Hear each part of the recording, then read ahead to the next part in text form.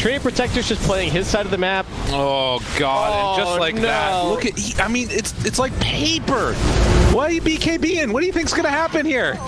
Natsumi just eats you. That's BKB. Another round of tips. Adroit are just stomping faces right now. All right. And this is looking like it's going to be another set of racks. Oh, they need some creeps. Oh yeah, good call actually. All right, so no creeps means no kill. And, well, somebody needs to tell them, guys, we need some creeps here. We are trying to cut. Now. No, but they got the escort. God's strength is worn out now. But I don't know if it matters. Look at them. They just walk forward. They find the gyrocopter. Look at how much damage is being done. Excuse me, that's the Dragon Knight. I thought that was the gyrocopter, considering how fast he died, but that was a DK. The mass tips from Adroit. They have no cares. Unreal. Oh, backdoor protection's back up again. Don't worry, I got another round of camps. Wait, what's that courier doing? Dude, who needs a BKB? Natsumi. Ooh, that rocket onto the Centaur instead. Not going to find the skewer back, but the jump forward, good BKB. They don't have God Strength, and finally, they're doing some damage here with Abed as well. Adroit, have they gone a little bit too far? Natsumi doesn't think so, as he is going to end up losing that Aegis. Do they have a second round to play with? They have Stomp in just a second if they want to use it. Blink, Stomp, connects onto two. Natsumi just going to TP away, but the missile connects, and now they've gone too far. Adroit, what are you doing, my man? The turnaround, the Manta tries to stay alive through it, but it is not going to happen. They do blow up the gyrocopter, but Sven is going to get a little tip back his way. Nice. All right. That gets one more zap, but yeah, they overstayed their welcome a little bit there. I don't think they expected the backdoor protection to come up one more time. And then the gyrocopter did do a pretty significant amount of damage relocating in there. So, but still, they're 14k ahead. Yeah. They do need to be a little bit worried, though. As we can see, the Sven can definitely die, though he's going to have another item up soon in the Satanic, and he's not too far away from level 25. So that's, what, 2 huge survivability increases? Yeah. 40 God Strength, and then the Strength from the Satanic. So I think they just wait for that and then go end the game. But Boombox thought about sticking around a little bit longer for that one, or rather stealing that one, but couldn't quite get it in time. Nature of the prize. Amplify, pick up a couple of those bounty runes. That's what you want to see. I feel like they should be... Jayo's pushing top wave. I think he should be playing with either the DK or the Beastmaster right now, and they should be trying to scout for like a reload pickup just reload pickoff just before the Sven respawns. Like, they're all just kind of showing on map. DK's a little bit tankier now, 25 strength, might help him out. Yeah. He's got the AC. Going for Satanic next. All survivability all the time for him. I feel like maybe even the armor might have been, with the AC there, just it would be enough to keep him alive, but we saw he can still get eaten. Bach.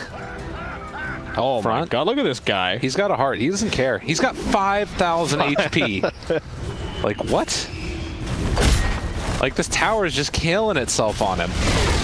Radiant's bottom tower. Those 3 retaliate punches, basically. Does retaliate work on flat cannon? I believe that it does. So if you have the retaliate aura on your team, and oh, it's so bad now, though. Yeah, it's pretty compared to the stun. Yeah. Extra stun duration. Disarmed as he went in. It ain't happening, my man. The jump forward. Natsumi wants to find a kill. Can he couple shot him? He just walks in, slice, dice. Thank you very much. The buybacks are coming. Carl is paper. He does not have enough armor. He does not have enough HP. He is killed off. And Bach looking for a little bit more. Natsumi there as well. And this BKB is not going to save you, my man. The stun, the chase, the look for it, but it's not going to be there. Mechanism, everything. He's disarmed, he's not right-clicking, and Natsumi just turns onto the tower. God's Strength has finally worn off, but that was all the buybacks in the world. My goodness. Any other buybacks available?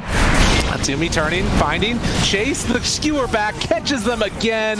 Both cores eliminated in a couple of cleaves, and GG is called. Adroit makes it happen off the back of an absolutely fabulous Sven play from Natsumi. I'll check out the... You know what I really like? Just the self... celebratory like keyboard slam from the Sven. It's like, we just won the game, guys. We did it. I think you can tell that they are super hyped to be in the winner bracket final. I can't go back up to it, but yeah, That's you okay. can see it. It was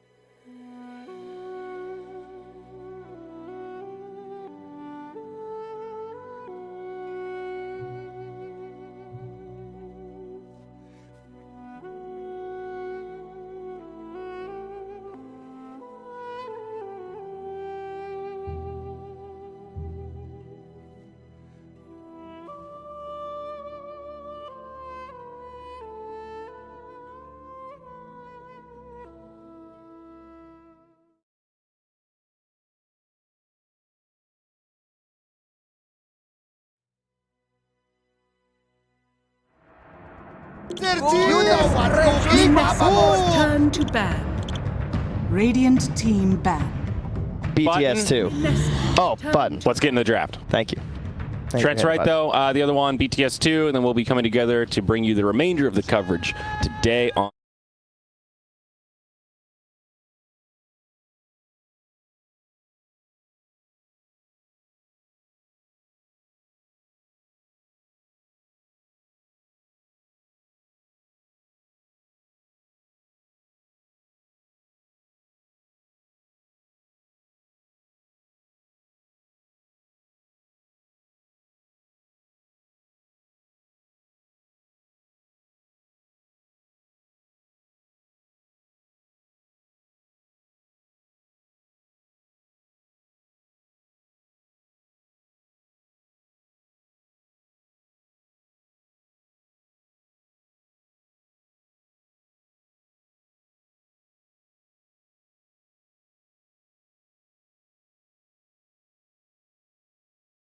in these early banning triplets a number of times. We haven't seen it.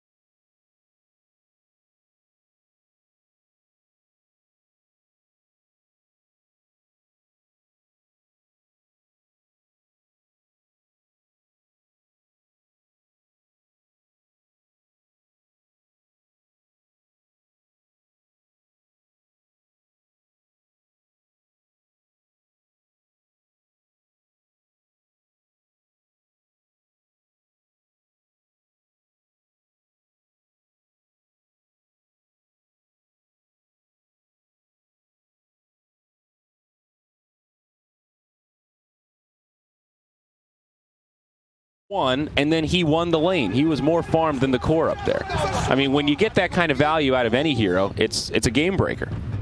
It also makes me wonder, he should know the counter picks, one would think, right? So what is Genespers going to show us versus this Timbersaw?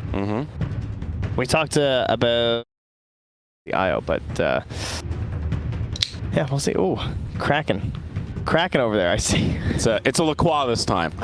You can't lie, you're on camera. Hey, I never lie. It's it's always Monster. This is the one off the Pamplemousse, though. It's a good one. That's grapefruit for the layman's. In French. Pamplemousse. Is it really French? Yeah. Oh. I thought they just made that up. What, they just made up a word? Yeah, I don't know. Pamplemousse, is that how you said it? Yeah, Pamplemousse. That's what it's grapefruit in French. Say dude. it again. I actually don't know how to say it in French properly. I just know that's how it's spelled. All right. But I think it's Pamplemousse. Yeah. Pamplemousse. Yeah, pamplemousse. Okay. And also the fact, what do they call it? What does the company call those? LaCroix? Isn't that what they say? LaCroix. Jeez, that makes me mad. How can they then take French names for fruits and then say on their website that it's called LaCroix when they spell it LaCroix? I think they're just doing it for attention. I think it works because it drives really me crazy. it is LaCroix. Yeah, they spelled it like LaCroix. LaCroix. Got to get that nice. The throatier it is, the further north you live in Quebec. They hired Grant for their marketing. We need to Americanize this. It's LaCroix. Get some jalapeno flavor. Hell yeah. All right, now Puck banned out by Mineski. This feels like a weird ban, except it's Genespers. This has been a key staple hero for Gunner. The Puck as well as the Ember. He is so good on these space-making, play-making cores that can just run around the map, split push, soak up some farm in the mid-game. I like this ban a lot. Mineski definitely doing their homework there. They got strats. You know, they run around the map. They act all crazy. Give plenty of space for a 23 Savage. There was another hero. Oh, the Darkseer. I was going to say, is it worth? Do you think it's worth banning? Okay. They seem to think so. Makes sense, right? Darkseer, Spirit Breaker. We have seen it passed up a number of times, though. It really seems like teams are not prioritizing the Darkseer that much, even when they have heroes like Spirit Breaker, Ursa, Earth Spirit. It's hard to pick an offlaner once you see the Timbersaw, and I think that's one thing that Genespers like about the hero, because you see it and you go, all right, well, Centaur's still in. You go, well, I don't want lane against a Timbersaw Centaur, or any offlaner really isn't going to have that great of a time. I don't want to play Tide. That's not going to be fun. It's never going to be too enjoyable. But there's also more to Dota than just the lane. You just got to survive it. I mean, I think of Silence against Timbersaw. You know, Skywrath Mage is one of the classics. I highly doubt we'll see him picked up, but it is a really classic counter. Silencer is another one that comes to mind. Probably won't get to see that here either. Yes, the very early double support duo has left some openings here for Mineski. Yeah, so maybe it's a better pick than it seemed. Any like core counters to the Timber that you can grab? Is it worth even trying to counter pick the Timber? That's the thing, right? We've seen like the Ursa did okay versus him in the mid game, right? There were plenty of times where although they picked the Timber after the Ursa, they still had the Ursa killing him quite a few times throughout the whole mid game. So he just gets stunned once, and the Timbersaw still dies. But aside from that, you kind of said it. It's mostly supports that you think of when you tend to counter the Timber. Yeah. What are they laughing at us for? Oh, Gunner banned, because the Knicks got banned. Or the Ember, rather. Classic chat. Yeah. I miss you guys, chat. The 5-minute delay makes me sad. Rocking the delay. Yeah, the Opens really spoiled us. We got to do some real-time comms with chat, and now we're way back in the past. But Monkey King now for Genespers. This is a new face. Been suggested several times by our analysts, but seldom picked up. So a little adaptation. Is this an effective hero against the Timber? One of few right-clickers that can actually go through the reactive? It used to be considered pretty good, but then I think they just nerfed the Jingu Masters so much that everyone went away from it. It just didn't feel that great. So is it still better than your other options, though? I think it fulfills exactly what Puck and Ember want to do. I mean, what think about it's Ursa? more so of it just being a gunner hero right now. Yeah. But what about Ursa? Isn't that another one that can... Well, he got handled in the lane still, right? Forev bodied that Ursa and Chen. That is true. So, yeah, we had a little dichotomy on the panel of how that lane would go. Yeah. And it went in favor of the Timber somehow. Yeah. But I think it's mostly about the monkey. He just does the same thing as Puck and Ember Spirit, right? You think about how Gunnar is just dodging everything and just, you know, orbing through waves, killing them, and then vanishing and TPing somewhere else on the map or going to the next wave. He's going to do the exact same thing with Monkey King as he does with Puck. Oh, well, this is a hero that you like. I do. She's a very strong hero. Criminally underrated at the moment. I actually agree. I think Willow is another sleeper pick. I think she's got issues right now, though. She doesn't have anyone with a good stun to set her up for her Bedlam other than her own Brambles. SD. Disruption, I mean, right? I wouldn't consider that to be that great. First, like a Spirit Breaker and stuff, he'll just charge away. Well, but can't he... Yes, you can get a SD, free you can Bramble? disrupt into Brambles, into... Isn't that just as good as any other stun to set up into Bramble? I feel like Shadow Demon can do that with anyone, though. I don't know. I guess I he's just a stun setup. Of course he can. I don't know. It doesn't feel the same way with Willow. Well, so what's your dream it. partner then? What is Shadow Demon not I'm thinking have? more like a core laner. Like I guess they could go back for one. But like the Wraith King Willow, of course. There's a reason why you're that was talking so about good. like an AACK kind of combo. Yeah, that sort of a deal. All right, I'm with you. Because in the mid game, she just kind of does it herself. She just wanders around and just finds you and kills you. Right, I just believe in the Willow. I believe in the Willow too. I don't think she needs a partner to shine. She's a strong, independent fairy. She's also all over Mordecai. You can't get away from her. She's got a ton of voice lines, and she just keeps yelling at you. I think that is the worst part of Mordecai, to be honest. I was kind of enjoying it playing with our 5-stack last night. We were rolling some Mordecai, or at least the one that I played, but listening to Willow cackle in my ears, and the map, it's an overwhelming map. It is. I couldn't figure my juke paths. It was very odd. I tried to go around a tree, and I just couldn't. I was like, oh, this doesn't exist. It's really bright, too. It has a lot of colors. A lot of moving pieces. There's a lot of moving pieces. So, 2 new heroes, both of which I like. Naga Siren, one we were talking about yesterday. Why has she not been played so much in this qualifier? And it seems Genesperus has gone back and asked the same question. Why hasn't this godlike hero been picked up more? Yeah. And Mineski say, yeah, that's great. Well, we got a Storm Spirit in our back pocket, so here you go. We've seen good and bad Storm Spirit games. Yeah, We've seen good and bad Storm Spirit builds.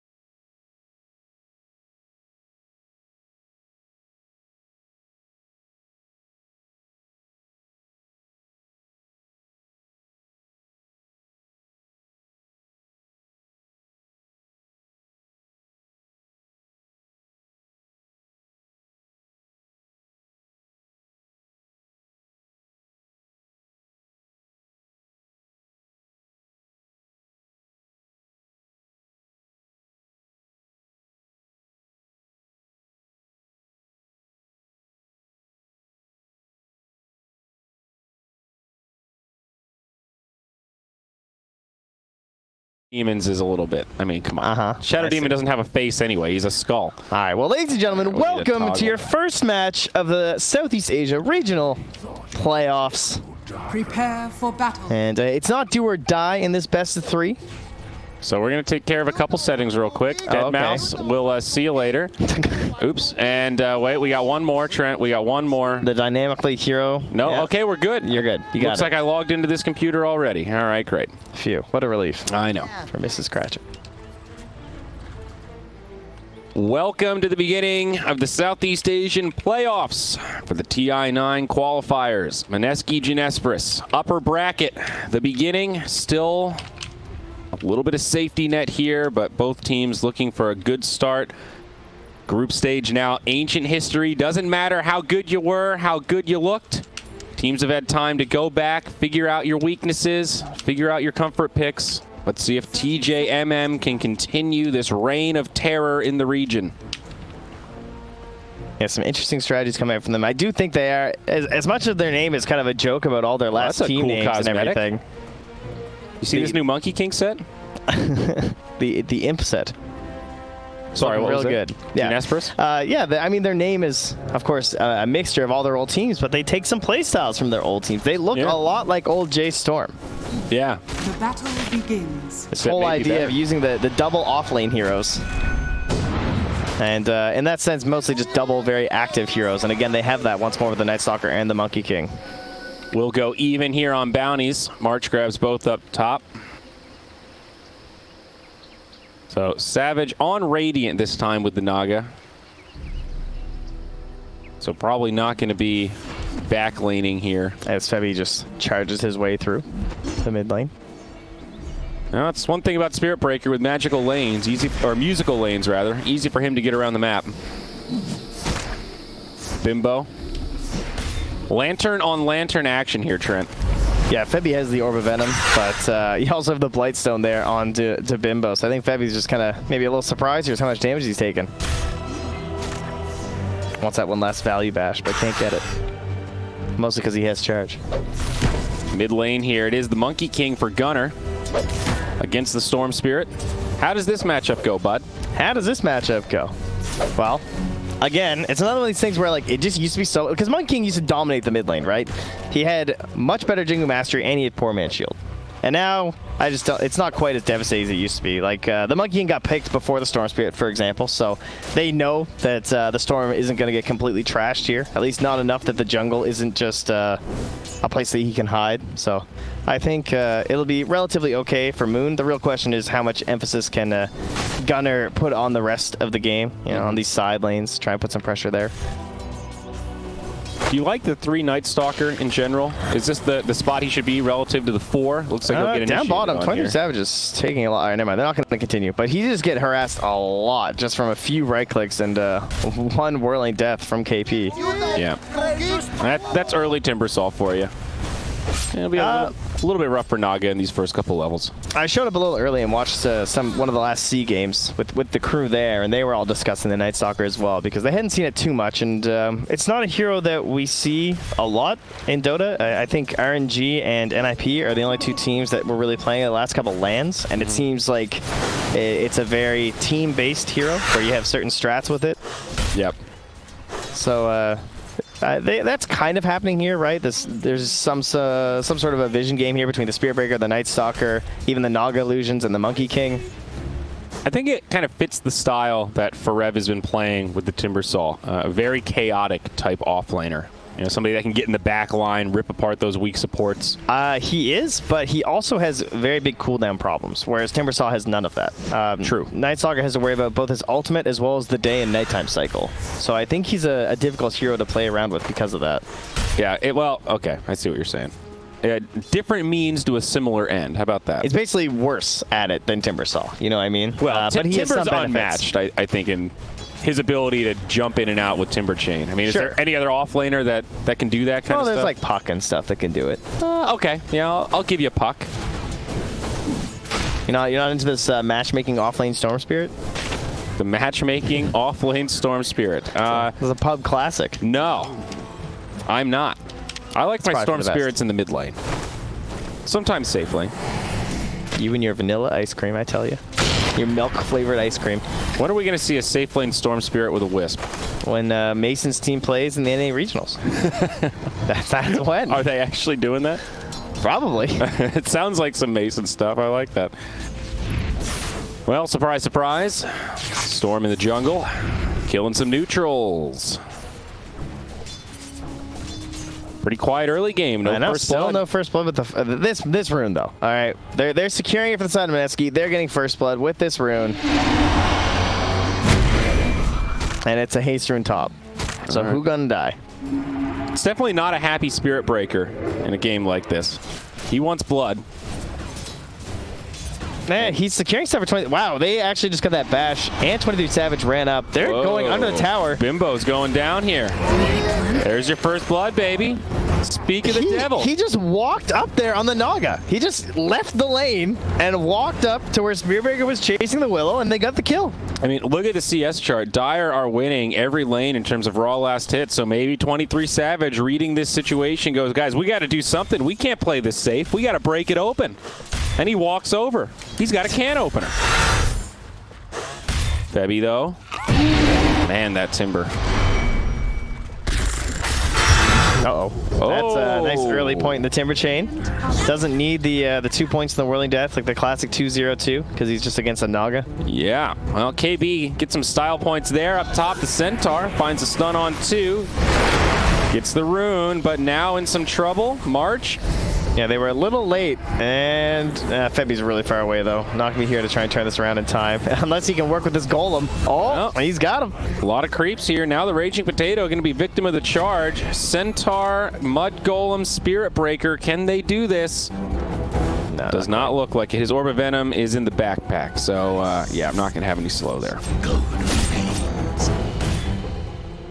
Oh, with that death, he'll then TP mid, though, and refill the bottle for Nana. So keeps him in this matchup versus Gunnar. Gunnar just looking to get in towards those phase boots and then start the rotations around. It is first nighttime now. And the first nighttime, you can't do too many rotations these days as the Night Stalker, but... Yeah, I think especially when you're on the 3, you do want to get some farm. You don't want to spend too much time running around. Oh, this is nice. Start to feel like a support. Now Willow out of the Shadow Realm. Bimbo, nowhere to go. Charge should finish him off even if he doesn't go down here, but he will. Now Nico, baby. On the run, only level 5. No Infest. Forces 2 TPs, and maybe they can get a counter kill onto Febby. There's one. Now looking for Forev. It's going to be 2 as this Storm Spirit has a lot of mana, and maybe even 3. March with boots, some stick charges. Chen on the run, and down he goes. March went all in on the micro there. He tried to use the Mud Golem and have it die to the tower as a split to then stun up the Storm Spirit and then try and turn that fight around, but he fully committed. And then when that play didn't work, then they just got trioed. Savage with a TP. So that's a Storm Spirit triple kill at 6 minutes. That's not good if you're a Radiant team. Yeah. Dude, Mineski, they have gone back and evaluated those replays. Radiant's bottom tower. They have come out swinging today. Look at this courier coming to Moon right now. I think it's fat. He's got himself 2 nulls, some boots, got the robe of the Magi. Oh, yeah. Yeah, Moon's living it. And now down bottom, KB's just been chunking into this tower with the catapult. And Febby can't do a whole lot about it. They are unable to zone him out of here. We've all been in this situation against a Timbersaw. This is where he shines, especially if you're a melee support like this. What do? You can't right-click him. Look at that reactive armor. He's got 31 armor. I mean, the upside is that 23 Savage, of course, is unhindered because there's no one really moving into the jungle and stuff, and he can farm very fast on the Naga, but you've got to imagine that this Timbersaw with the extra 500 gold is going to be making it very difficult for Forev to play his game. Yeah, and not much slowing down Nico Baby either. Number 2 on net worth. A lot of last hits in the lane, 45 and 7. Now working the jungle. Midas going to be on the way. Recipe queued up. Probably going to be grabbing Radiance after that. Top rune. Gunnar gets the DD. But could be in trouble. Will he pay with his life? Ninja Boogie on the way in. Brambles come out. Gunnar gets off the Boundless Strike and goes down. Couldn't find a time to use the Mischief there. You are correct, sir. Yeah, he was just holding it. I thought maybe he'd be able to... Maybe he was waiting for an overload or something. I'm not sure. Naga with 3 Wraith Bands. Classic Naga. You know that That's how attack you speed do. bonus was down from 6 to 5? I missed that note. Wow. Just keeps on getting nerfed. Rev, TP's out. Very nice. That was a dangerous TP. Radiant's We've seen a lot of high-risk TPs this They qualifier. usually don't work. Yeah, That's what I would say. Most of them have backfired. Ninja Boogie is going to find 23 Savage here. He's only level 5, though. And look at this Boogie build. 3 points in the poison. I like this, Trent. The Boogie's on it. The Boogster? The Boogster. Boy, where's he been? Ninja Boogie? What do you mean? Was he I top? think he's in Southeast Asia. I feel like I haven't seen him that much in the lanes. I don't know if he was he wasn't jungling. He's only got 8 and 3. I think he was just top and chucking out annoying poisons, but I guess so. attack. Naga looking for a Yasha. Treads just get delivered. Scouted out nothing by the unusual Boogie. here. Boogie, I don't know if you want any of this. All right, no one else is coming. Yeah, he definitely wants some of this. Because Forev is, or rather a KP. It's hard to even look at a Timber and not assume it's Forev. I know, right? Especially after casting so many games with him. Now Savage, TP out. This one, pretty safe. A lot of armor on the Naga. Yeah, the damage isn't quite there from the Timber. And just level 1 and 2. She's got a lot of stats now also. So TP out, makes it now in the top lane. Willow on the run and going to be in some trouble here. Silenced up. Nico Baby has his Midas gold as well. He does not want to fall. He's got Rage TP. He's out. He's good. So they will collapse upon the top tower with everyone here, as that's where the Naga TP'd, and they will get this tier 1 to try and match what KP's done. In fact, KP's actually coming here. He wants to flex a little. A dangerous play with half the Dark Ascension left, but they are scared. And they're just going to trade bottom. He'll hold this tower. All right. Wow, I really thought that they would want to keep pressuring that. I think they wanted to, but too risky into the Timber Saw. They know the power, right? This team is going to respect the Timber because they've seen teams fall into that trap Forev has set so many times. Structures True. fortified. Tried to set something up there with a Cursed Crown onto Febby, but he's got the bulldoze. The Bulldozer. Wow, look, what a time, dude. 1-3-1 on Spirit Breaker. That's how good this spell is. Yeah, it is definitely the way to go. Remember, though, it is purgeable, so Shadow Demon very effective here, and Febby gets dropped. That was pretty greedy for a attempted save on your ward. Yeah, that Radiant's was a tall order. fortified. But I keep reiterating that mechanic. Bulldoze is purgeable. Bulldog might be purgeable, too. I don't know. Tier 1 mid, Mineski gonna finish her off. Charge coming in onto Moon. Actually kind of low HP, no bottle charges here, but does have quite a bit of mana. It's only level 5 on the store. The Spirit. What? No, I was gonna say there's no way, right? No, he's 6. He had a popped a tome. Oh, okay. That explains it. Radiant's top tower is under attack. Yep. The mid-charge pop. 12 minutes, 3K net worth favor for Mineski. I'll get that last. Nice. How much will it cost you? Just half your HP. Yeah. Well, Forev rotated bottom to stop that wave. Once the Timber rotated as March is gonna get dead. caught. Wait. Oh, he's got the Purge creep. He's still dead, but that was pretty comical. It's cute. Save the Purge creep. He's got a whole Satyr family here. The Tormentor and the Banisher.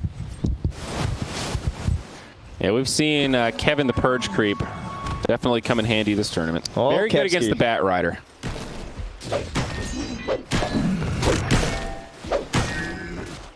Too bad we don't see the Mana Burn utilized these days. The Mind Stealer. Pretty useless. The Mind Stealer is the Tevin of the relationship. But he is the Tevin. You're quite right.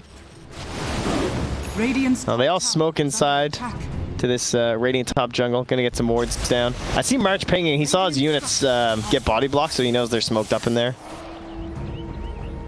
But did not stop Storms from cleaning up all 3 of them. Thank you for the gold, March, he says. As KP just takes another tower. So they're choking out Genespers here. You gotta wonder if this Naga...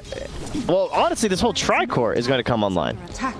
Yeah, you know, and it is a little bit of a weird Naga pick now, just looking at this lineup, because they don't have a lot of team fight or anything to go with the setup. I think part of the power of this hero in the 1 is that you have this giant team fight ultimate that not only gives you a reset if you're in a sticky situation, but also the ability to start fights and kind of play an initiation type role. You know, set up for call downs or static storms or anything else. And here, what do you got? I guess Monkey King ult. That's one. I think the Naga is the least important hero. I think the Naga and herself is just... She's just Naga. It's the 23 Savage hero that takes a lot of space and stuff. The real problem is that this Monkey King can't play his game because of the Storm Spirit.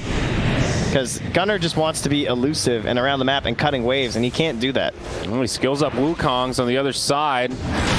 Looks like this fight breaking apart as Farev chases down KP. Yule's Scepter from the Timber, trying to slow him down. So he uses up the Night Stalker so he can get the gap on the Silence AoE and then Timber Chain away. All right. It's a good way of dealing with it as the reinforcements were closing in. It's a nice retreat. But the gold lead still growing in favor of Mineski, but not too quickly. The acceleration is certainly slowed down. It will pick up when that Radiance is done for the Lifestealer. Definitely true. KP. Another great use of the Yules here. Good choice on the build from KP. Double Bracer, Arcane Yules. Pretty simple, but making his gameplay very easy. Still a little ways to go on that Radiance. And Savage farming very well, nipping at the heels of that Lifestealer. You're right about this Monkey King, though. Oh, sneaky obs and centering here by March. He catches. They went for the double obs play. So one on the high ground and one back there by the ramp, and he does catch both. As they're coming up for the 15-minute bounty. Oh, heal. Song of the Siren down bottom.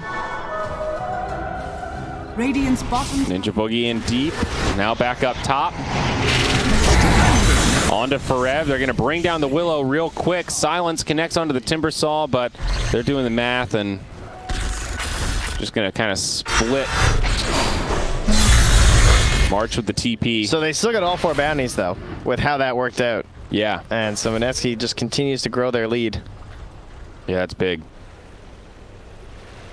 So kind of missed the setup of what happened down bottom.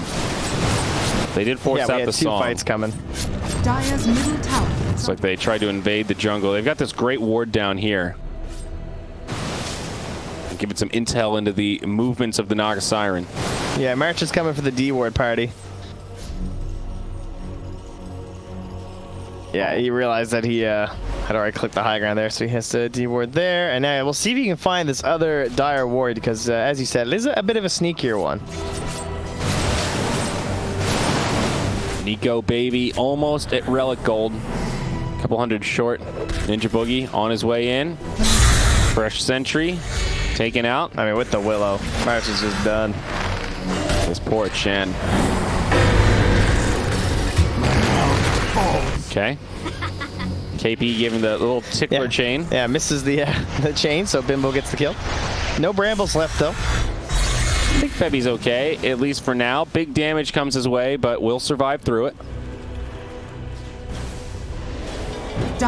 Just no plays here from Genespers. They can't really defend that easily. All they can try and do is push out waves. Yeah, I mean, Farev's pressure pulls back KP.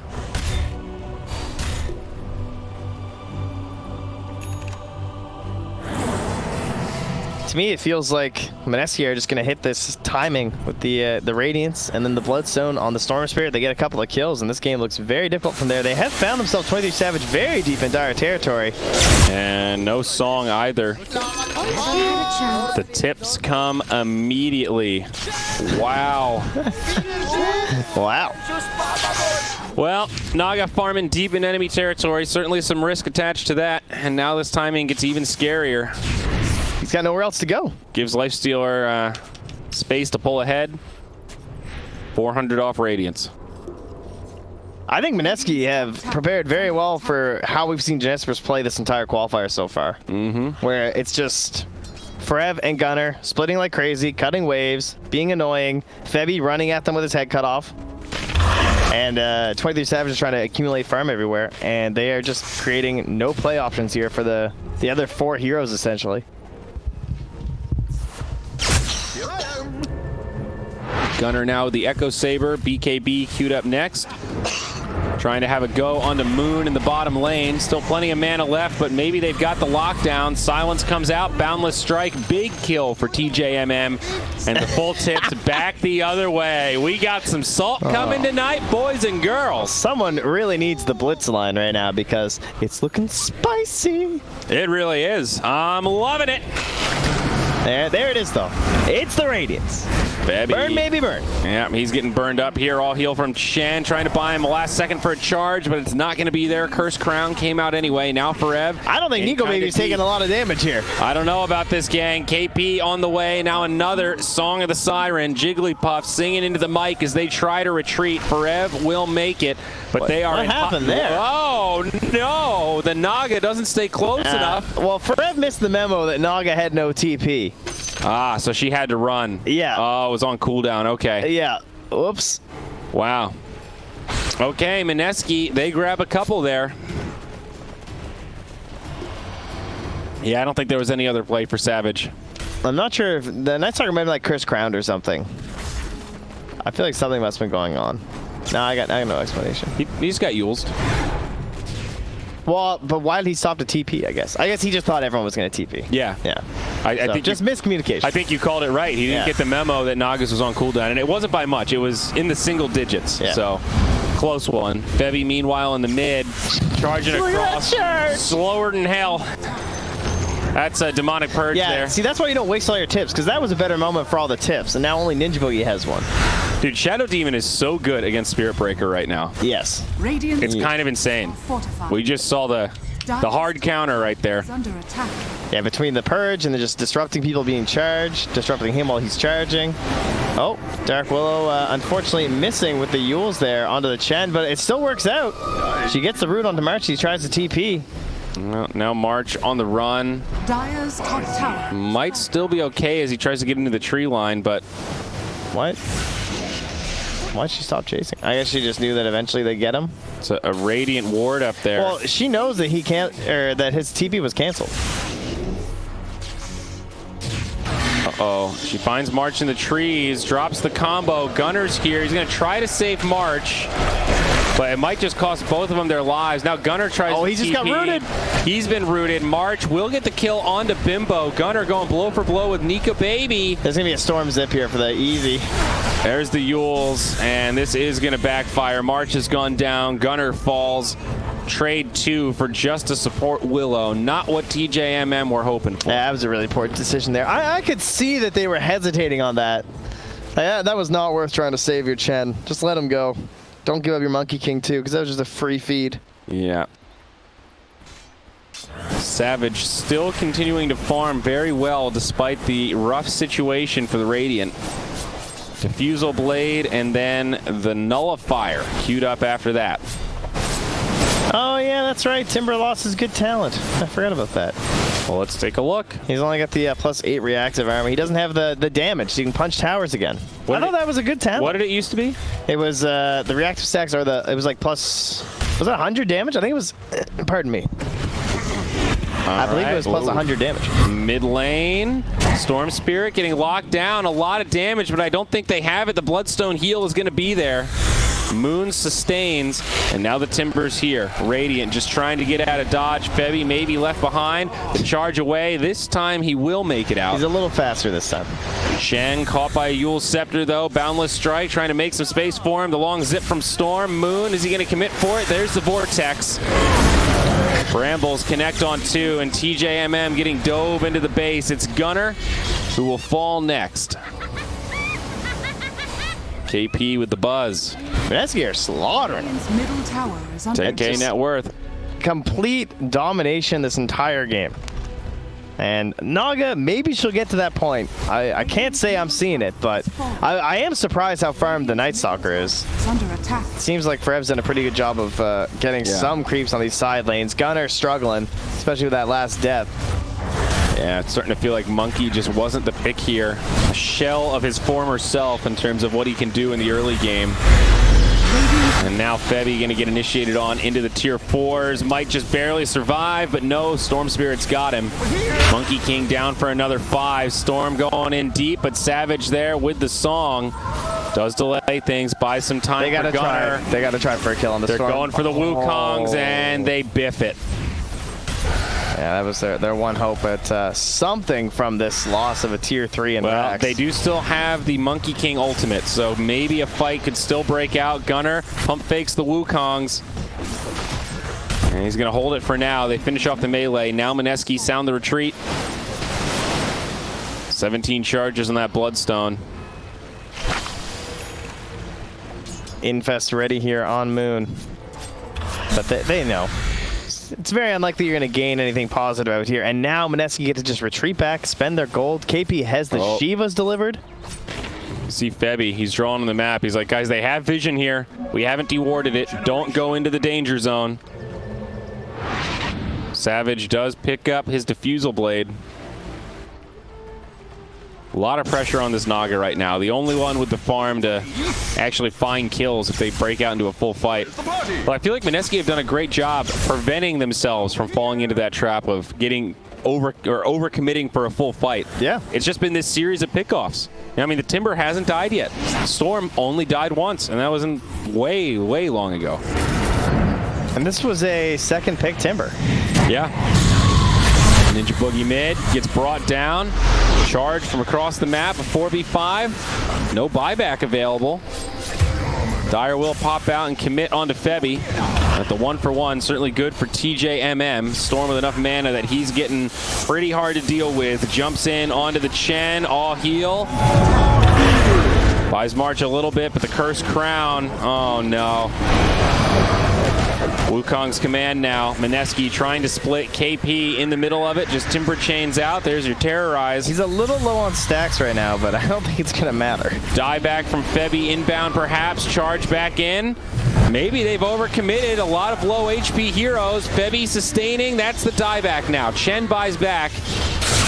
Radiant falling low and their Monkey King goes down. The Naga just not doing the damage. Looking for me? Okay. Starting to feel pretty grim for TJMM. Another pretty damning fight. Yes, they just dive past the lane with a tier 2 still standing. You're right, though. Second pick Timber, and it still feels like they don't really have an answer for it. The Night Stalker's a good idea, but it's just not enough. I mean, even if you're controlling the Timber, they didn't slow him down. You're counting on an insane Naga this game. Bedlam still flying through. Song of the Siren does not save him. Rage is more than enough. Storm zips in deep. March in trouble, trying to make it back to the tier 4s, but Chakram will chase him down. GG is called, and it's Mineski that take game 1 of this opening series. Yeah, they just completely outdrafted, outplayed them. Everything about this was better from Mineski. Yeah. Super impressive. I think the Night Stalker, I mean, we talked about the Timbersaw and then all these other heroes that you want. Nothing looked like it was going to be a good lane matchup. So they end up having to just send the Naga versus the Timbers.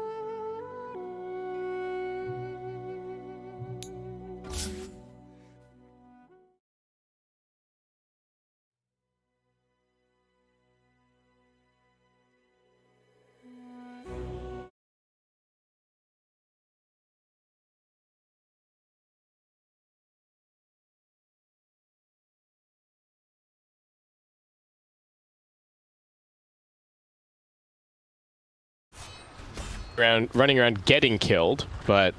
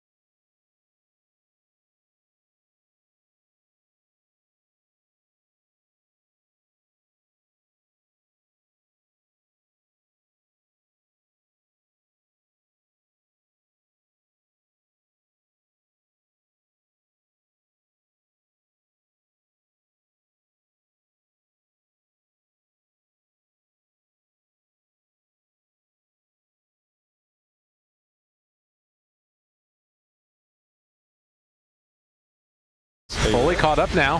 And they're going to take that one. As Laguna Blade comes out, they managed to bring down Ninja Boogie and bring down Moon.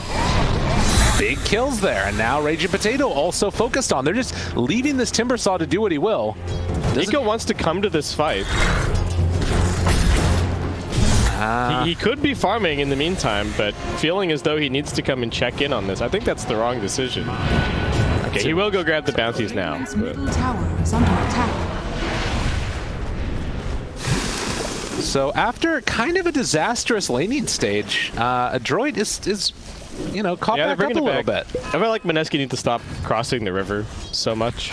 At least with the supports. Like, KP is definitely fine to be kind of playing wherever he wants, but everybody else needs to be a little bit more careful. They can't afford to feed too much in this pug. Actually, they're coming for KP now. Oh, wow. Long duration stun there. Do they have a Laguna Blade? 15 seconds away. The full stun combo. But Raging Potato there, not quickly enough. He needed a snowball save, and it didn't happen. And now the Potato is going to be chased down as well. All kinds of particle effects flowing his way, and he gets brought down. And with that, we even the kill score. Danger, danger. All right. Ninja Boogie. Hey, Boogie, what are you doing back here? Hello? He is also going to be found. He's dead. I don't know if they need the Laguna Blade there.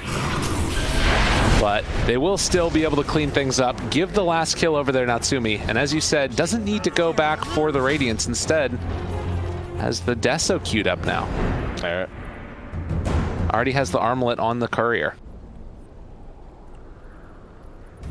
And, you know, this Anti-Mage farm, it's big, but so is Alks. Yeah, and Anti-Mage he was good for the lane. And he's certainly good against the... He's good against the Wraith King for a while. But this isn't one of these games where he has the, like, I one-shot the entire enemy team with Mana Void factor. Right. You know, maybe he finds the Lina or something, but that's just the position 4. And as we saw against the Timber just then, there's a lot of stuns. Yeah. There's a lot of ways to lock down this Anti-Mage, and the Wraith King's going to be going for physical damage. I'm actually a little bit concerned after watching the watching those last couple of minutes. Yeah. And normally you wouldn't be able to have this level of farm on, you know, the Wraith King and the Alk at the same time, but the fact that that early game lead was built up and now those kills are turning it back the other direction, they're giving some of those kills to the Wraith King. 4, 1, and 6 so far. He's actually pretty farmed. And that Midas, it's going to get him pretty quickly up to level 20. All of a sudden, the Anti-Mage is less of a concern at that point as well. Yeah, and the Dota Plus starting to like Adroit quite a bit as they get those last couple of fights going. I don't know, maybe Anti-Mage just needs to hit some kind of a BKB timing and they just need to kind of go for it. I think that actually is the timing because Pugna's going to fall off as the game goes later. So maybe he just goes like Manta, BKB, Basher, and then they have to go and try and take the fight to them. Yeah. Because I don't think he out-carries late game. There's no way. Wraith King's formidable, and Pugna, Timbersaw don't completely fall off, but they just don't have the ability to end the game. So if your anti-mage is afraid of the enemy cores, then you're in big trouble. Right. This is actually shifting a bit. Yeah, quite a lot. Yeah. And Nico Baby not here really to fight. I mean, that's the thing that's also scary, right? Is that before you had these heroes that were crazy far ahead, the Pugna, you know, the Timbersaw, and now they're not that scary anymore. And like Alchemist, he can fight. He can get into these engagements. Yeah. So I don't know if Nico Baby has to farm and Alk is able to fight when it comes to him, things could be starting to look a little scary. I think the Adroit supports are doing a really good job with the warding as well. You would look at these observer wards on the map and think like, oh, why are they planting such defensive outs on Mac? All right. KP coming in as well. Mac throws out that stun. Healing. He's not going to go down here, I don't think. In some trouble. There's going to be the turnaround coming out. A ton of damage onto KP. They're trying to keep him alive, but it's not going to happen. Max back up to full HP. Nico Baby chasing for Boom. He does find that kill, but the Alchemist lives, and more importantly than that, he's taking down Raging Potato. They try and find themselves yet another kill. They find the catch. He's into a lot of trouble. Nico Baby, he's got to live through this one. Disruption coming from Ninja Boogie. It looks like that's enough to keep him alive. But the trade-off, 2 supports for the Tusk and the Timber. Pretty good though. Anti-Mage comes in, gets another kill. He is just going for a Skadi here. So, I mean, nice survivability item. Kind of fills in for the Basher a little bit, trying to just chase down these supports. Alk's going BKB, so it won't be a blink for a little while. Yeah. Dire's top tower is under attack. And So if you're Mineski right now, you built up this early lead, things are getting a little bit chaotic. What's the game plan? Do you just keep running at Mac?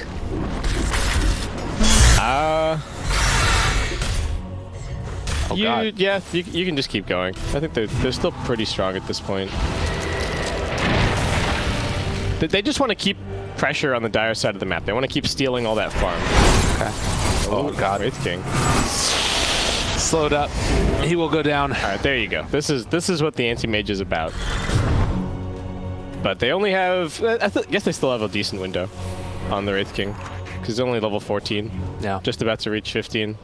And so long as they're just continuing to pressure, there's not a whole lot of extra space to farm. The timings that we're used to, like I think in the previous series they were casting, Wraith King was like level 18 at 23 or something, but because they're putting so much pressure on the map, they are actually slowing down his game quite a bit and keeping him in this zone where the anti-mage is a problem for him. Well, he's also like, you know, that sort of, I guess, He's kind I don't of want to say position 2, but he is kind of position 2, as opposed to the Alk. And so he's not getting as much of that farm as quickly without the Radiance. Yeah, and he's not even, he's not got a BKB queued up. He's definitely just planning to try and get to the no reincarnation mana cost, but there is this like approaching timing for Mineski where the anti-mage gets another item. Maybe they try and they're not that fast at taking Roche, but they can definitely tank it. I do kind of like the Skadi on the AM just because one of the big worries is going to be this Lina Aghanims, which she's trying to build towards. Anything to just survive that burst damage in the duration of the stuns. It's kind of, to me, it kind of feels like it's a hybrid between getting the BKB and the Basher, right? It's like, yeah, I got the slow, and I've got some HP to survive. So ideally, the HP is making up for the fact that I don't have BKB. And Aegis would help a lot as well. Actually, they do have tag team, so maybe that's the X factor for taking this Roshan. I like it. Yeah, wow, they're actually doing a lot of damage. Tag team's nuts. About to come off cooldown again, but the smoke up. Do they realize what's happening? Coming. KP, he's the one up front to break the smoke, and they call it off. Burrow Strike, Bach thinking that they're in there, can take down that Pugna ward. KP, they got eyes on him, in some trouble. Mac, he's going to be up front and center. They get the stun. The follow-up stun is there, and Moon dead before the snowball comes out. Ragey Potato in trouble as he's going to back out, and just like that, Adroit make it work. BKB wearing off though for Mac. Able to Manta dodge. Big Mana Void, but the turnaround comes as well. Oh, good save there with the disruption. Boomy, he's living through this one. Mac throws out another stun, not quite able to get and land, but it looks like KP is also going to be able to live through this one. Natsumi throws out that right-click damage. Ragey Potato eventually also going to be brought down as they go at the stun, get the kill. Ikubaby trying to do what he can, but Adroit hold on. Okay, so we get a bit of a reset. 2 buybacks used. Moon is positioning himself. I guess he does have the Blink Dagger, but he's positioning himself as if the disruption is going to be enough to save him, and I feel like it just really isn't. Like, the Anti-Mage is a different story. The disruption gives him another counterspell, and then he can blink away. But Moon is getting caught out quite a bit, and his progress on this Pugna is getting slowed down somewhat by these repeated deaths. His job is still pretty much just to be there when the anti-mage hits his timing to take out the racks and like enable the slightly faster push. But still a bit worrying that he keeps going down like this. They're not really giving away too much gold because they are playing against an Alchemist lineup, so there's no comeback gold. I wouldn't mind seeing Adroit try and like sneak a Roshi there with like skeletons, Blightstone, double smoke there. That happens. But they've got a lot of minus armor. Oh, for sure. They can take it 100%. That's part of why Mineski are so... 1, they need the Aegis to end the game, and 2, they really, really do not want to give it away to Adroit. Burrow strike to open. Charging up the stun. Charging up the stun, and it's just going to have to be a self-stun there for a moment. Looks like the Sand King will live through it, staying in that sandstorm, walking forward. Mac now on top of him. Oh, kept alive though again. KP with that Yule's trick. Nico unwilling to go... Okay, I think he should still be threatening top. He's coming back to hover near his team, but... he does have TP off cooldown, and they still have the tier 1 there. I guess they just immediately want to go with the anti-mage Scotty. Bach still hanging out here. Blink away. Now they reveal their positioning. Natsumi is going to stand on the high ground. Burrow strike, turn it back around. Light strike array. No more counterspell left. And this anti-mage in a lot of trouble, but going to be disrupted. Saving a life there. Do they have a follow-up? BKB already out as well from this Alchemist. And their eyes are now set onto Timbersaw, where they're going to find that kill. Good follow-up stun. All of these disables. It's enough to take down the Timber.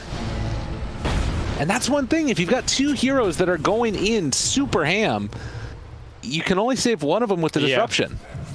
Now we're getting to the point where this Timber is getting killed pretty reliably, which is very worrying if you're Mineski. I'll take your tribute. And look, the anti-mage is, to me, it feels like only kind of surviving by the skin of his teeth, right? Yeah. Like, if the Alchemist successfully lands a stun on him, I think he might just be dead. Something to watch out for. Definitely. And likewise, if in the craziness of this fight, Bach manages to find that Shadow Demon, all of a sudden that save is completely gone. Oracle getting gone up, but does Ragey Potato have the damage? I don't think so. That's a heal coming in from the Oracle. All right. He's alive. See, I think this is what Nika should have been doing earlier when they were pushing the tier 1 mid. Just try and threaten the split push, force them back. And then if somebody TPs on you, then you just do this. Come take the uneven fight. Mac, Manta tries to walk away. Still a lot of heals. Ikubaby finds Bach. Burrow strike. Interrupted. Find that kill. Ooh, the Burrow strike reflect was so nice. Well done here as well. As soon as he sees that the ulti's been used just to TP out, knowing there's no way to cancel it, Boomy going to be chased down here a little bit. Disarms killed off. Bach buys back and TPs in. I don't know about that one. But they need to reset. They're all over the map. That was totally the right move from Nico. Force some people back, rejoin your team because you just happen to still have this tier 1 tower still up at the mid lane. And now back in for another Roshan attempt, it looks like. They don't have the Lina. Buyback was already used in that last engagement. 3 minutes on cooldown, but they can send in the Alchemist Illusions. Okay, Nico needs to go and grab a TP quickly, but then I think he makes the same move once again. He goes and pushes top for a couple of waves until somebody sort of responds, and then he TPs back to his team, potentially. They don't have any vision over on that top side, though, so it is a little bit scary for him to be playing over there. That's why Mac is up here as well with the Manta. Yeah. Can push this lane out, and he can play a sort of similar way, although now with the Blink Dagger, he can kind of get there that much quicker. Yeah, they just have much less map control. This tier 1 mid for Mineski is actually completely shutting out Adroit from going for the Roshan. Because anytime that they go in there, Mineski will just spam them back. Nico will go and push out a side lane. Things would maybe change if they had some BOTs or something on the Alchemist, but for now, Mineski are always the one who are winning the lane control game, just because of their superior map control. Nico Baby going back for a BKB now, and once that is up, there is very little to control him in this game. Yep. Nothing, in fact. They're just constantly poking, prodding. They really want to get a nice ward down for the anti-mage here. Okay, so that's a pretty good split pushing ward for AM. Yeah. And they've also got one that sees part of the shrine. So both a good ward for the potential Roshan fight, but also nice for the AM. So you can just see they're signaling that anti-mage is going to be playing around the top side a lot. Adroit still really want this mid tier 1 tower. Understandably so. Yeah, it's 28 minutes into the game and they still don't have it. But that's just a product of how badly their laning stage went. Yeah. Boomy is getting close to this Aghanims, and also level 18. He's been able to remain pretty consistently farmed on his support heroes. Yeah. One of the smartest things that Adroit did this game was to just ditch the bottom lane. Yeah. Don't fight into the Shadow Demon Tusk anti-mage, and go and instead let the Lina do some stuff top, let the Sand King get the solo experience. Don't end up with like 2 level 3 heroes at 10 minutes. Tag team, but again, the Alchemist sends his illusions in. I mean, who does this favor, really? This sort of weird back and forth, because there isn't any structural damage being done. Like, is more time just good for Adroit, or is the AM's next item that scary that you need to be concerned about him getting it? I think this is still good for Mineski to a point. Okay. Just because the Wraith King now has 20. He walks into him. Light strike, right? No. No. He's good. Sorry. I got super hyped. That's fine. That's fine. I thought there was more follow-up. We've been in this weird holding pattern of we go Roche, they push them away from Roche, Anti-Mage goes in the split pushes, Adroit split up on the map a little bit, we go back to Roche. Like, there's a really intricate dance happening here, and it could all fall apart the instant that one hero gets picked off. You know, the dominoes are all going to get set in motion at that point. But I think one more item on the anti-mage might be okay, but past that, I think it actually starts looking better for Adroit. Okay. Which is why they want this Aegis so bad, so that they can just go use it to end the game. And now Shadow Demon trying to be the person in front to hold off this pressure while they finish off the Roche. So Shadow Demon goes down. Okay, the Medallion's making this a bit faster. Danger, though. They jump in, able to find him. BKB pop from Nico Baby. Raging Potato goes down, and now they need to get out. No. And they're going to steal the Aegis away instead. Mac makes the play. They find the Laguna Blade, catch, kill. And buyback comes as well. Adroit feeling good right here. All right. Well, there you go. Now they have the Aegis. They got the Roshan last hit. They're finally going to take out this tier 1 tower. They've broken the cycle. Lyrical. The split push is done, and Trent he's a happy man right now. Look at him. He is. He's feeling it. He's feeling the money. He's walking over to the side there. Nico Baby again going to push out this top lane. They're going to deal with these illusions. An 11,000 gold lead suddenly for Adroit. Granted, it is an Alchemist draft. We always talk about that, but it's also an anti-mage. Yeah, they've had the net worth lead for the last like 16 minutes, but yeah, it's to be expected. It's just that this Wraith King is now like, if the Wraith King has similar levels of net worth to the anti-mage, the Wraith King is definitely the one who wins that man fight. Like, yeah. Natsumi is even going ahead and picking up an MKB next, so Anti-Mage not even going to be able to go for a butterfly. He is just queuing up an AC. He is just going for the building damage. I think Mineski have realized that their window to end this game is actually kind of closing just because of the heroes that they have. Nico maybe playing really well around this ward. Yeah. It's provided him a lot of value, but they're also going to drop down one of these observer wards as well. The Tinker wards. And KP really just has not felt like he's been able to have much impact in this game. You know, since those early levels where he was running around and getting kills and everything and taking towers, you know, Timber saw 6 deaths overall. And it's not even necessarily, you know, all his fault. It feels like it's kind of just a product of the way the game has gone. I think he can still be useful once the BKBs wear down a little bit, but for now we've got a 10-second on the Wraith King, a 10-second on the Sand King, and Alex got Aegis, so... Alright, Boomy dead. That's a BKB charge for that one, though. And yes, they take down the Lina. I mean, this is, I guess, the other thing to be concerned about, right? Is that while it feels like Adroit might have turned a bit of a corner here, as they deny their tier 2, you lose a fight against an anti-mage, your entire everything is going down. And Mac, chased, the stun, it's ready. They throw it on a Raging Potato. He's got his BKB still working. Ulti on cooldown, but he still has the Aegis. And the heal comes from the Oracle as well. KP, number 7, he's in the grave. Bach, Blink Dagger, off cooldown 5, but the Burrow Strike through. Does he get it? Oh, a little bit off the mark. But nonetheless, Timbersaw for the Lina, ostensibly. Decent trade. Yeah, they got the Aegis. Oh, no, they didn't actually, right? They saved it. I thought they did. Whoops. They had the Oracle ulti. I was like, oh, he doesn't have Chemical Rage for a little bit. All right. Okay, so it's 2 minutes on Aegis. I don't know if they're going to get off of their side of the map necessarily, but oh, now they have an Abyssal Blade on the Alchemist. Waiting for the blink back. I mean, all it's going to take is Nico Baby getting caught once, and they do have the Tinker Ward for him. He can't go left.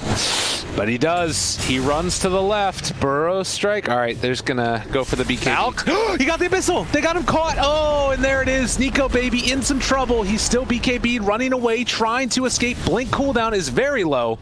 But do they have the wherewithal to find him? Light Strike array, long range. Burrow Strike connects. They got him caught, and there it is again. They find their man. 100 seconds and give that man a tip. I'll teach you to man avoid me. I'm surprised he didn't try and go back to the right. Maybe he just wasn't thinking that it was the high ground ward. Yeah. But they saw him the whole time. The super long range stun with the 125 cast range and the Aether Lens from Boomy. This guy's been making plays all day. Yeah. And now they have a really big opportunity. This is 70 seconds dead for the Anti-Mage. They're going to make sure to escort this next creep wave just in case there's any, you know, Pugna blinking in here to try and cut the wave. Kind of nonsense. Middle tower is bottom, and in the meantime, you do have the Timbersaw that can help to clear through this wave with the Chakram and all. But it is a tier 2 tower taken. Adroit. All right. Turns out even if you pressure Alchemist, this hero still farms like a monster. That's true. Just has to find those couple of Mud Golem camps and whatnot. And here they are up on the high ground. AC and the Deso, they take this really quickly. It's so hard to deal with. The Hex is there, but they are just doing such little amounts of damage, and it looks like Adroit are going to decide to back out now. Go clear up the shrines with the Aegis expiring. Yeah, okay. Play Aegis it safe. reclaimed. But now they're the ones who can sit. It feels like this entire game has happened on the Dire side of the map, Lyrical. And now we've swapped.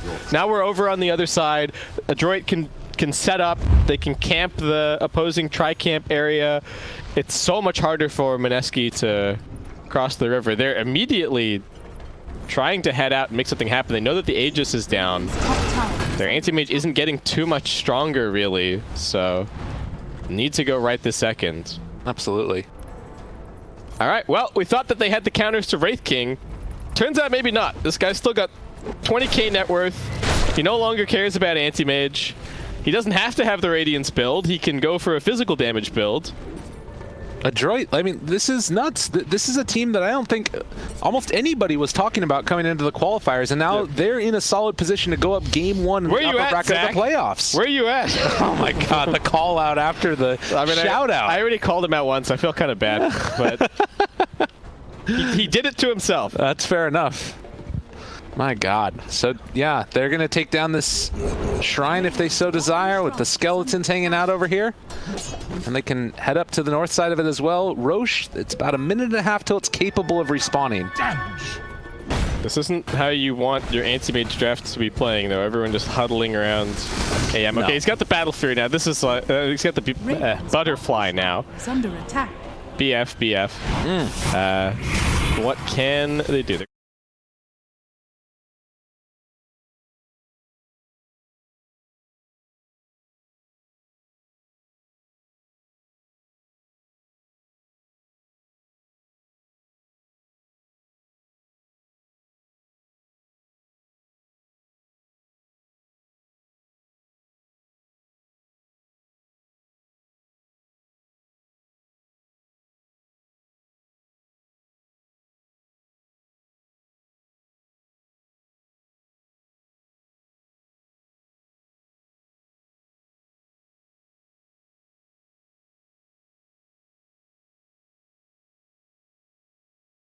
Just desperately feels like he needs all of this survivability. I think the problem that you're now seeing is that anti-mage is like, I have to be the damage, but I also have to be the front line. I have to be the split push. Like, there's too many different hats this game. You know, one thing that is kind of cool, if he ever gets to it and it's fully 6-slotted, he gets a Mana Void kill onto Alchemist.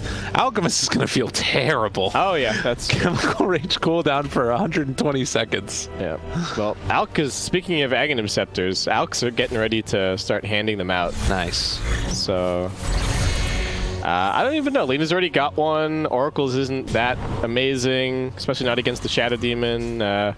Probably Sand King or maybe Wraith King. Yeah, Wraith King could be cool too. Saw that one to great effect in the previous series. Just like guarantee that your Lena gets her spells off, basically. So it's a relatively long Roche respawn timer. Okay. Yep, 2 minutes. Maneski, what do they need to get to? At this point, I think that favors Adroit for sure. Yeah.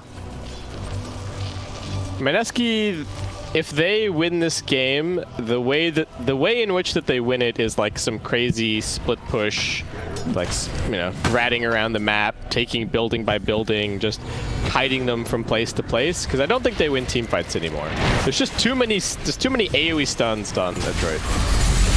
Eco baby going in. Gotta be careful. Glimmer Cape saves a life. Needs to be wary of the Abyssal Blade that could come out, and yet again, KP, he's imprisoned, but will eventually be brought down, it looks like, as the chase is coming. Pumi doesn't care. He boomed him. Did he just tank his own Yes. Luna Blade? He was just like, whatever. We got a shrine, we got an oracle. Ain't nothing to it but to do it. Radiant's top shrine is under attack. Wow. So yeah, a minute until Roche is back up, and they need to make the split push work. It's just so hard to do. Yeah, it's... Well, they don't have the vision for it either, really.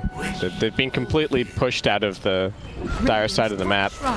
So the only reason that Nico could play the way that he was playing earlier over on the top lane is because they had that combination of 2 wards, right? Yeah. And he was able to play right up next to the dire base. Without that, he can't do that. He can only push, you know, as we're seeing, kind of around close to the tier 2. And then he needs his team to give him some other information, but they don't have anyone else who can scout, and they don't have any wards. So. Oh man. The Laguna Blade just in passing, I guess? Thought he could maybe do something there, but... It's only a 50-second cooldown. Yeah. I think that that might actually be a kill if the decrep doesn't come out. Just the right clicks there in the duration of the stun. Bach, Burrow Strikes, tries to run. Hex comes out. Healing, turning, finding Tusk, getting that kill. All right, well. And, I mean, even though this Pugna can Hex from, like, infinite range, it feels like, I just don't know if they have the damage to burst through it. And particularly, like, they have to find the Oracle in the fights. Roshan up. Only Roshan number 2. We must have seen like 8 Roshan attempts by this point in the game, but it's this is the first. Well, this is the second successful Rosh. Adroit. Aegis on the Alk. Cheese for the Wraith King. Get better. Wraith King almost level 25. I don't know, maybe they can somehow win with Pugna 25 and just again continue non-stop ratting. Yeah. Well, Nico Baby does take the bottom tier 2 tower and is going to pressure for the tier 3, so they do need to deal with this. Bottom tower is under attack. Looks like the TP's coming back. Force the glyph. Fortified.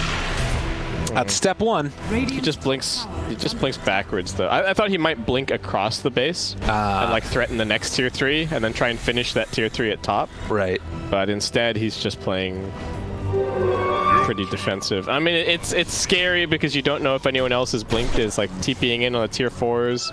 Right. The thing that Adroit did there that was really smart is that as the Lina TPs, everybody else backs up into fog. So the anti-mage doesn't actually know who else is hunting him. I mean, look at the way that he's playing. He's just hiding in the trees. If you switch it over to his vision, he doesn't see anything. He sees like an occasional hero flashing on the map here and there, but that's it. I need to switch this one over if I'm going to be doing that. Okay, cool. But yeah. Otherwise you get stuck on one team. Exactly. Yeah, you see what you mean, though. It's pretty much just nothing on the map right now for the Radiant. Oh, and leans down here, shadow bladed. There's the blink forward. All right. Aware that something wrong could be happening. Does he manage to find him? It's the tree, still chasing, and yeah, boomy. So, spider senses were tingling for that anti-mage, with good reason. Again, 31,000 net worth lead. It does not feel like it should be that huge of a lead, but it is. And some of it is because the Alk switching over that farm to others. Gave the Ags to the Rays. #1 net worth, though. Yeah. And Alk's already given him an Ags. He's consumed a Moon Shard. I think that the Alk actually gave him the Moon Shard, as too. well, yeah. Like, just get these 2 cores crazy farmed. Yeah, get the net worth away from the Alk. Nobody cares about the Alk net worth at this point. Just make your Wraith King a monster. And Sand King also has the Ags completed. So 2 of them given away already. Adroit. What is the point where they feel comfortable pushing? Is it just about like killing the AM? Do they try and find him? I mean, anti-mage isn't getting any scarier, so yeah. They can even wait until they have like multiple BOTs so that he can't ever rat them. Right. They can just play until they have 3 or 4 BOT2s, and then what does AM do? If any one of them finds him and stuns him, the rest of the team Power Rangers in, and just like that's the end. Yeah, it's true.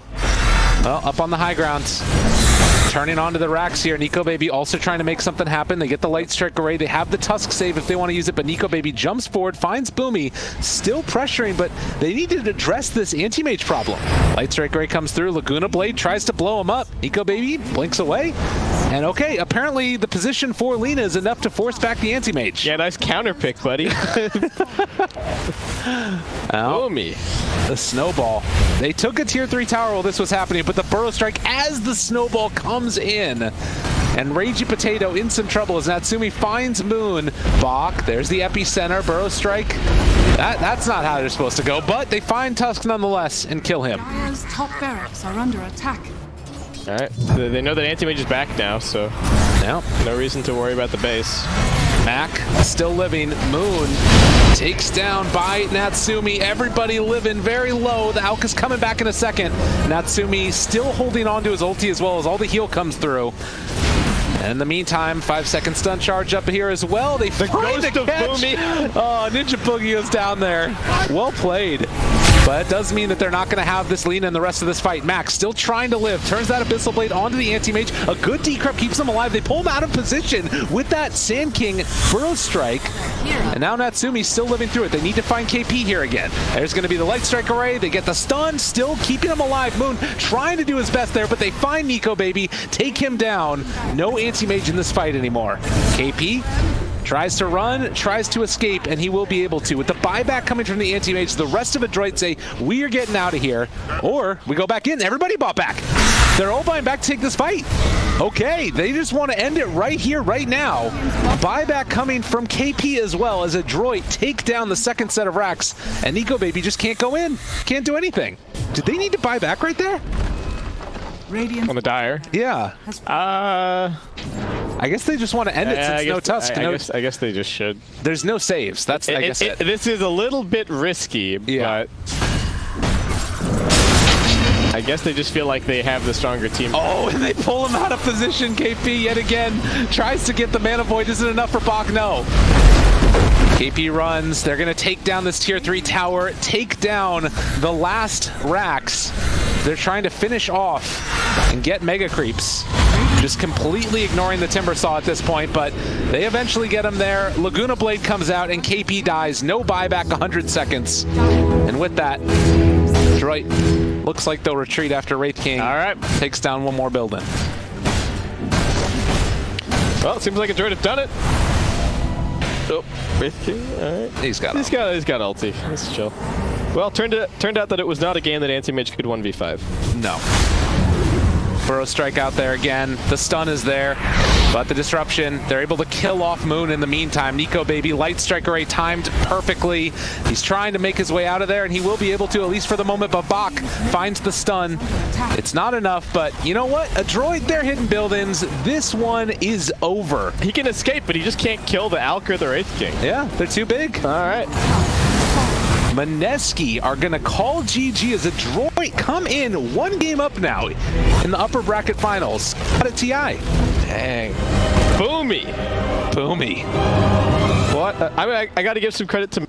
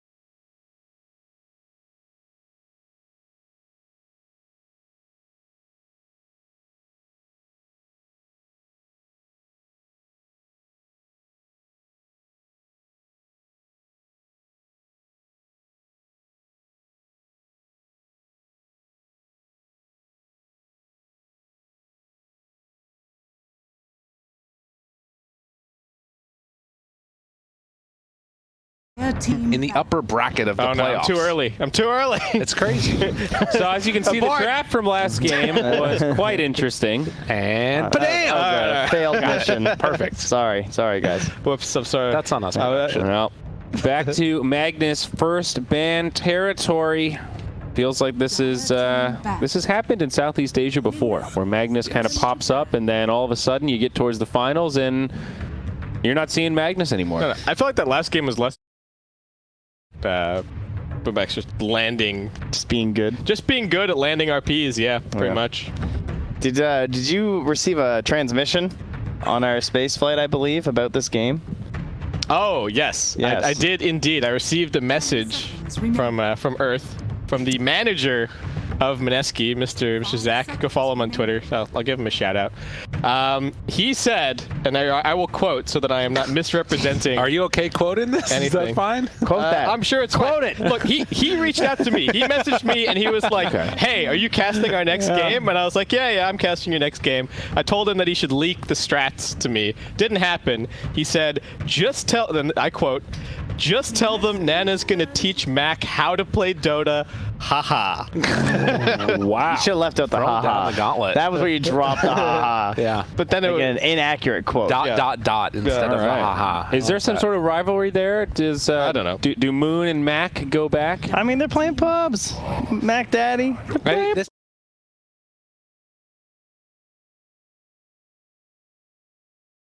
Box. Yeah. it's Southeast Asia, dude. Everybody's played on every team. Yeah, Yeah, that's it's fair. Not untrue. Now, Shadow Demon opener. This is becoming a little bit more popular, and can I say, I like it. Yeah. Yeah, I really like it. it's good. Why? Well, because he sets up for other heroes. His ultimate seems very powerful. It deters things like an Oracle pick, which people like to grab nice and early, and various other heroes like the Bulldozer. It was- seems also very effective against Yep. He was owning poor Febby. Febby couldn't play his game. So because of the Shadow Demon. the best thing about him that we saw in one of the earlier games was the soul catcher against these big tanky folk. It crushes Centaur. Yeah. Like It really does. completely. Percent base. They paired it together with the Legion Commander, which was really nifty. So you just soul catcher and then duel, and you're already halfway there. And then they can't counterpick you with a Shadow Demon. So Yeah. that works. That's really nifty. That is a good little combo, isn't it? Well, why did they pick Oracle? Don't know. Purge off the soul catcher. It's still yeah, you can put Does work that way. The other thing is that if you have remaining. like if you're a hero that has sources of survivability other than Oracle healing you, then the false promise is still good. Like if you're just life stealing, it's not like the demonic purge turns off the healing. It just Right. means that Oracle can't cast purifying flames. Well, on that's you. a big part of Oracle's healing, though. It is a pretty big part. Turns out it's all of his healing. Unless you got to have those salves in your inventory, dude. Whoa. Hey, Mineski, get a timber saw. So, like we said, KT played this in game number 1 against Genespris. This was their opener. I think it was, SD exactly. And then fourth pick Timber, yeah. And it was damn good. Timber's great. I will say that I'm really interested